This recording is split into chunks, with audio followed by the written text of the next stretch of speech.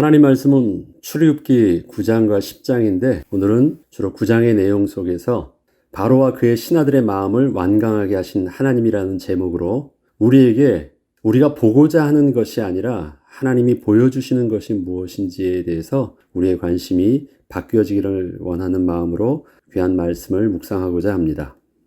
우리나라 속담에 10번 찍어 안 넘어가는 나무 없다는 말이 있습니다. 이것은 상대가 아무리 세다고 하더라도 계속 하다 보면 결국은 무너지게 되니 끝을 보기까지 낙심치 말고 결코 포기치 말라는 의미가 담겨져 있습니다. 그런데 이것은 약한 상대가 강한 상대를 만났을 때 싸움에 임하는 자세를 요구할 때 쓰는 말이지 강한 상대가 약한 상대를 향해서 하는 말은 아닙니다. 하나님께서 애굽의 바로왕을 상대해서 모세와 아론을 보내사 행하시고 있는 10가지 이적들은 강한 상대를 무너뜨리기 위해서 멈추지 않고 조금씩 진행하고 있는 일들이 분명 아니셨습니다. 10번 찍어 안 넘어가는 나무 없듯이 계속 조금씩 찍어서 넘어뜨리고 있는 과정이 아니신 거예요. 오히려 그와 정반대로 바로왕이 쉽게 무너지지 않도록 아주 조심스럽게 당신의 이적에 강약을 조절하시면서 바로의 마음을 완강하게 하시면서 끌고 가고 계신 하나님을 우리는 10가지 재앙을 통해서 보게 되는 것입니다. 너무 세게 하면 바로 포기하니까 그러면 안 돼. 하나님은 10가지 재앙을 이끄시는 분명한 다른 이유가 계셨다는 것입니다. 하나님께서 당신의 영광을 만천하에 드러내시고 창세전부터 계획하셨던 구원의 계획을 이루어 가실 때에는 이 땅에 어떠한 피조물의 도움도 필요 없으시며 제한도 받지 않으십니다. 하나님께서 작정하신 일들을 막을 자도 없고 반드시 내가 아니면 안 되는 그런 일도 아닌 것입니다. 피조물의 어떠한 긍정적이고 부정적인 것에도 하나님의 주권적 섭리를 이루시는데 영향을 받지 않으시는 것입니다. 긍정적이든 부정적이든 나의 도움이 더 필요한 것도 아니고 저들의 악함이 하나님의 구원의 섭리를 막지도 못하는 것입니다. 피조물의 어떤 의도에 따라서 하나님의 주권이 전혀 조금도 제한을 받지는 않으시는 것입니다. 지금 하나님께서는 애굽에 행하시는 10가지 이적을 통하여 그동안 우리의 인생이 바로왕으로 대변되고 있는 세상 나라의 권세자들을 통하여 삶의 역사가 이루어지고 있다고 생각하던 우리의 시선을 하나님의 주권 속에서 올바로 바라볼 수 있게 하여 주사 우리의 인생을 하나님의 주권 속에서 새롭게 시작하도록 인도하고 계신 것입니다. 하나님은 10가지 재앙을 통해서 우리의 시선을 바꾸시고 계신 것입니다.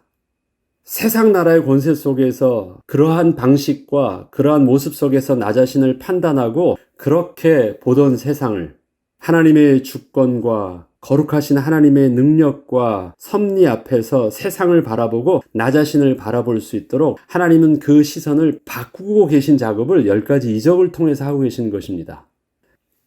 만물을 주관하시는 거룩하신 하나님 앞에서 누가 하나님의 주권적 섭리 속에서 택함을 받았을까요? 또한 그는 어떤 모습으로 쓰임을 받고 있습니까? 하나님께서 사용하시는 것은 하나님의 거룩한 백성만을 사용하셔서 하나님의 주권적 섭리를 구원의 섭리를 이루시지 않아요. 예수 그리스도의 십자가의 그 구속의 은혜를 위해서 예수님은 그 당시에 헤롯 왕도 또 가룟 유다도 그의 악함을 그대로 하나님을 사용하시기도 하셨어요.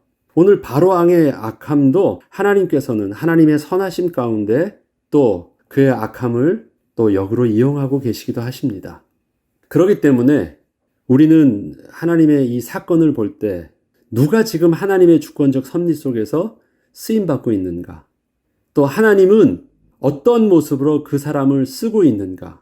세상 나라의 권세자도 마찬가지고 우리를 악하게 하는 사람도 하나님의 주권적 섭리에서 본다면 무조건 내가 싸워야 될 원수로만 생각하고 제거돼야 될 대상이기 전에 하나님의 주권적 섭리를 위해서는 지금 진행하는 일들 속에서 내가 회피하거나 어떤 그 사람을 제거해야 된다거나 그런 흙과 백의 논리로 상대하지 아니하고 때로는 상대방이 나에게 행하는 그런 내가 당하고 있는 그런 억울함도 하나님의 주권적 섭리 속에서 침묵할 줄 알고 기다릴 줄 알고 또 하나님의 섭리 속에서 그것을 받아들이기 때문에 그 사람에게서 상처 입지도 않고 다른 시각으로 볼 수 있다는 것입니다.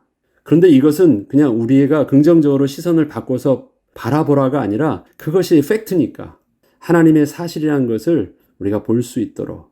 그래서 우리는 이 10가지 재앙을 통해서 체질화된 우리 모습 속에서 자꾸 보고자 하는 것이 아니라 하나님이 본래 보여주시고자 하셨던 시선으로 우리의 시선이 바뀌어지는 은혜를 우리가 누려야 되는 것입니다.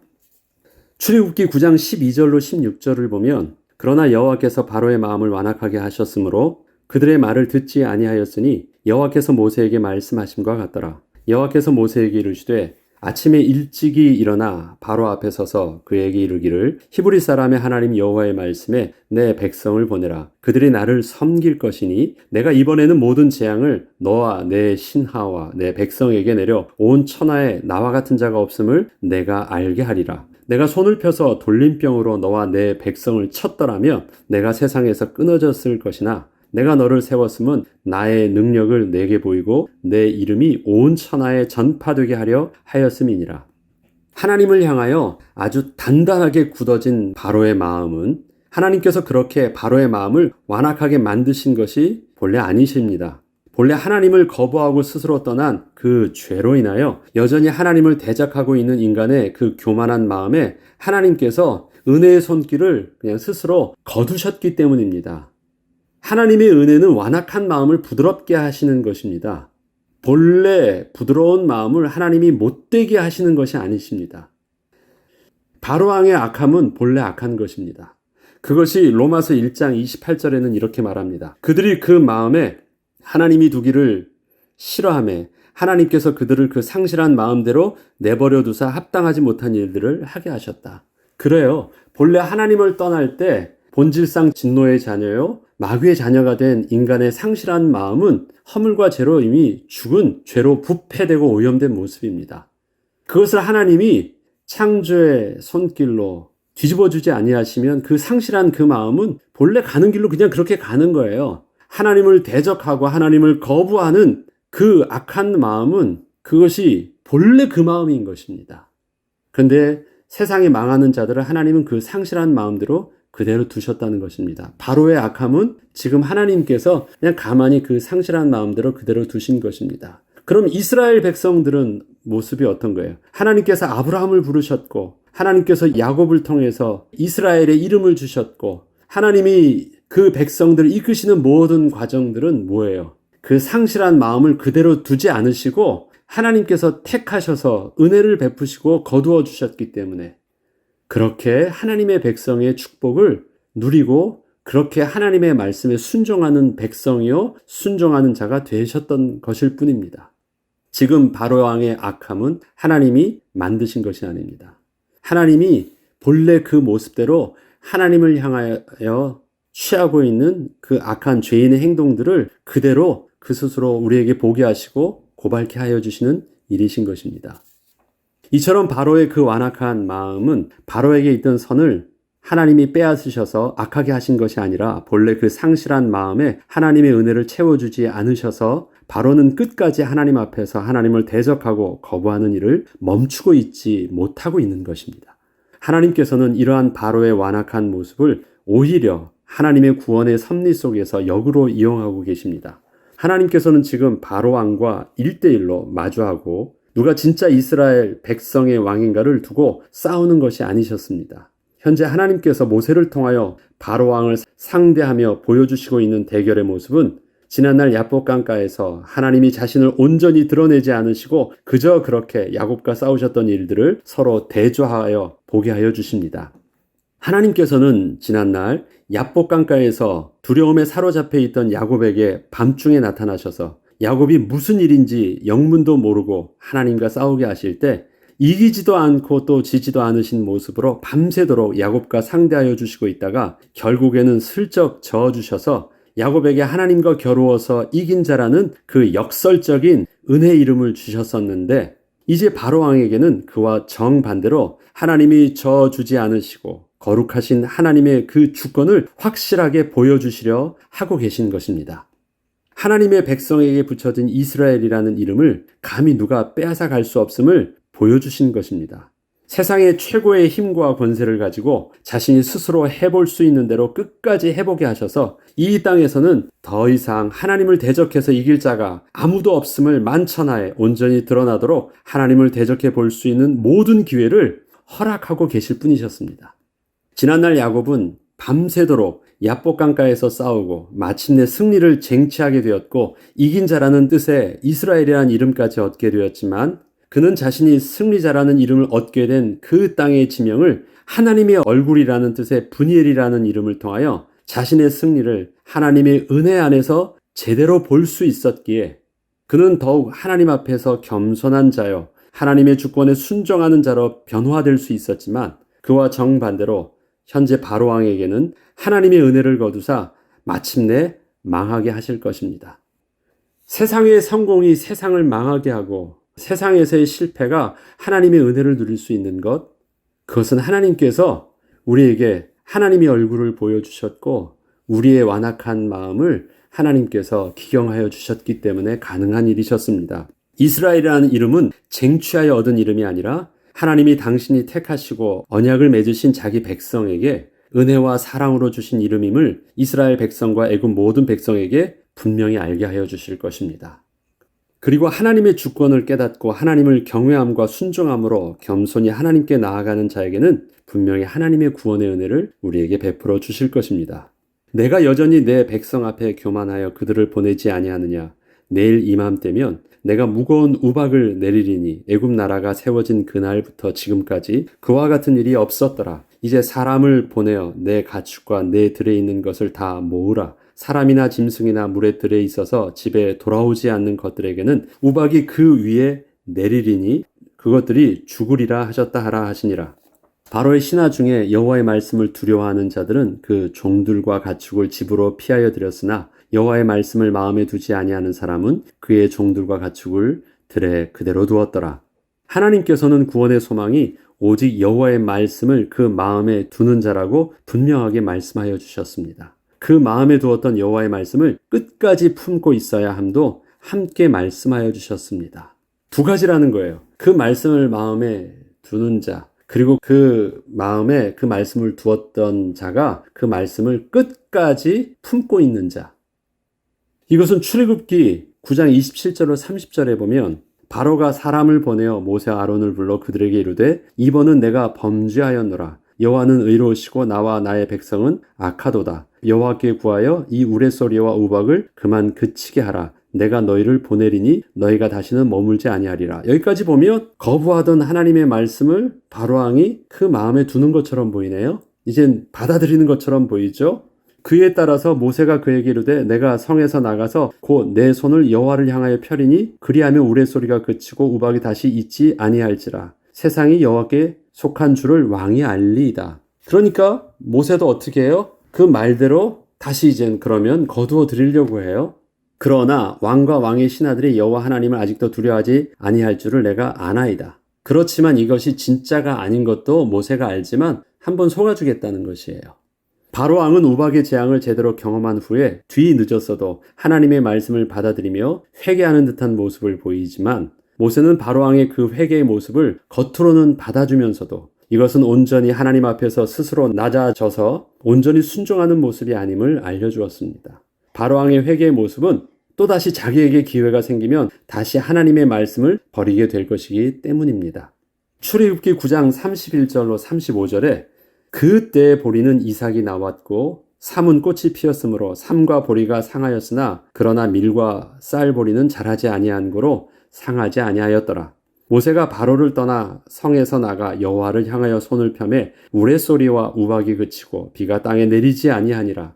바로가 비와 우박과 우레소리가 그친 것을 보고 다시 범죄하여 마음을 완악하게 하니 그와 그의 신하가 꼭 같더라. 바로의 마음이 완악하여 이스라엘 자손을 내보내지 아니하였으니 여호와께서 모세에게 말씀하심과 같더라. 모세가 우박의 재앙을 멈추게 한 것은 바로왕이 모세와의 약속을 어기고 여전히 백성을 보내지 않을 것을 모르고 속아서 그렇게 한 일이 아니었습니다. 이미 알고 있었으나 하나님께서 모세에게 그렇게 하라고 말씀하신 일들을 모세가 순종함으로 그렇게 속아준 것이었습니다. 이것은 하나님을 향한 회개와 구원의 주권이 오직 하나님께만 있음을 다시 한번 분명하게 보여주시는 일이셨습니다. 사람이 잠시의 두려움과 어려움 때문에 하나님을 찾기도 하고 항복을 선언하기도 하지만 그것은 전인격적으로 하나님을 만난 일이 아니라 그저 자신의 문제에서 벗어나기 위한 수단이므로 그렇게 행할 뿐이었기에 이것은 상황이 바뀌게 되면 여전히 변하지 않은 본래의 모습이 그대로 드러나게 될 것입니다. 많은 사람들이 교회를 나오고 심지어는 예수님을 영접한다고도 해요. 그리고 막 예수님을 찬양하기도 합니다. 열심을 다해서 막 교회를 다니기도 합니다. 그러나 그 모습 안에 전인격적인 하나님의 백성으로서 하나님의 말씀에 굴복하고 예수 그리스도를 나의 구주로 진실로 영접했느냐? 그것은 시간이 지나고 나면 분명히 알 수 있습니다. 바로가 비와 우박과 우레소리가 그친 것을 보고 다시 범죄하여 마음을 완악하게 하니 그와 그의 신하가 같더라. 결국 보면 보리와 이삭이 나지 아니하였던 그 모습을 보면서 그 마음이 아직 믿는 구석이 있을 때까지는 그 마음을 바꾸지 않은 것을 결국 보게 되는 것입니다. 그래서 그 마음이 완악함이 다시 돌아갔던 것입니다. 그리고 이것은 바로가 자신의 하나님인 줄 알고 똑같이 하나님을 거부한 그의 백성들도 똑같은 운명을 맞이하게 될 것입니다. 오늘 본문의 성경은 특이하게 바로가 하나님을 거부하고 있잖아요. 바로의 자기의 능력을 가지고. 그런데 신하들도 또 백성들도 똑같이 그 두려워했던 우레와 또 우박이 없어지고 나니까 그 마음이 똑같이 바로 왕처럼 돌이켰다라는 말입니다. 이것은 바로 왕만의 문제가 아니라 바로 왕을 자신의 하나님으로 섬기고 있는 모든 백성들도 똑같은 운명이었다라는 것입니다. 하나님께서는 우리에게 하나님을 향하여 그 완악했던 마음을 하나님의 얼굴을 볼 수 있는 믿음의 눈을 열어주셨고 완악했던 우리의 굳어진 마음을 옥토로 바꾸어 주사 하나님의 말씀을 우리의 마음에 품게 하여 주셨습니다. 이것은 하나님의 특별하신 은혜이셨습니다. 우리에게 있는 문제와 사건을 하나님의 말씀 속에서 바라보게 하셔서 그 문제와 사건 때문에 우리의 마음이 하나님 앞에서 완악해지지 않고 오히려 더더욱 하나님 앞에서 겸손한 자로 서게 하여 주셨습니다. 그리고 우리에게 주셨던 이스라엘이라는 언약의 이름이 더욱더 새롭게 불려지게 하여 주셨습니다. 우리 한번 바라보죠. 교회를 다니는 사람들도요. 은혜를 받았을 때 교회를 잘 다니다가 그 4가지 씨앗의 비유처럼 세상의 재리와 염려가 있으면 그 마음을 돌이키고 하나님을 배반하거나 하나님을 부인하거나 하나님을 떠나는 일들이 있어요. 또 오히려 그 마음이 다시 완악해져서 하나님을 원망하는 일들도 있어요. 처음에 하나님을 몰랐던 사람 제외하고서라도 하나님의 말씀을 받았다고 하는데 문제와 사건이 일어나면 그 상한 마음 때문에 하나님을 떠나는 사람들이 있어요. 생각보다 많아요. 그런데 그와 다르게 그러한 문제와 사건이 그 마음을 하나님 앞에서 더 완악하게 하지 아니하고 더 겸손하게 낮아지게 하는 축복을 누리기도 해요. 똑같은 문제와 사건이 바로왕과 백성, 그 다음에 모세와 이스라엘 백성에게 나타납니다. 처음에 이스라엘 백성의 모습은 그 마음이 상함이어서 하나님 말씀이 들리지 않았었어요. 그런데 하나님 말씀이 들리지 않던 또 보지 못했던 이스라엘 백성들이 10가지 재앙들을 거치면서 어떻게 바뀌고 있습니까? 결국은 하나님의 말씀에 온전히 순종하는 백성으로 마침내 하나님의 실질적인 그 10번째 재앙의 앞에서는 구원받는 하나님의 백성으로 완전히 변화되는 것을 봅니다. 이건 하나님의 은혜가 아니면 절대 일어날 수 없는 일들입니다. 점점 더 완악해질 수밖에 없는 사건 속에서 어떻게 점점 더 완악해지지 않고 본래 그 모습 그대로 두었다면 바로왕의 모습처럼 계속 그렇게 흘러가고 있을 것이고 바로왕을 따르던 백성들의 모습처럼 계속 그렇게 흘러가야 되는데 어떻게 이스라엘 백성들은 그렇지 않고 정반대의 모습 속에서 하나님의 은혜의 선택을 하게 됐을까요? 이스라엘 백성이 달라서가 아닙니다. 먼저 붙들어 주신 하나님의 은혜의 섭리 때문에 그런 것입니다.